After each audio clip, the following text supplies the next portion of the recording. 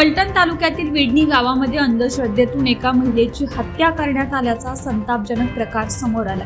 एका महिलेचा अर्धवट मृतदेह आढळल्याने एकच खळबळ उडाली।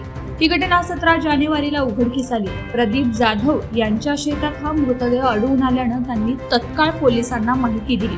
मृतदेहाजवळ साडी, हळदी कुंकू, काळी भावली, सुरा आढळून आल्याने हा प्रकार अंधश्रद्धेतून झाला असल्याचा अंदाज आहे। पोलीस महिलेच्या कमरेच्या वरच्या भागाचा शोध घेत आहेत। 10 ते 15 दिवसांपूर्वी हा खून झाल्याचा अंदाज पोलिसांनी व्यक्त केला।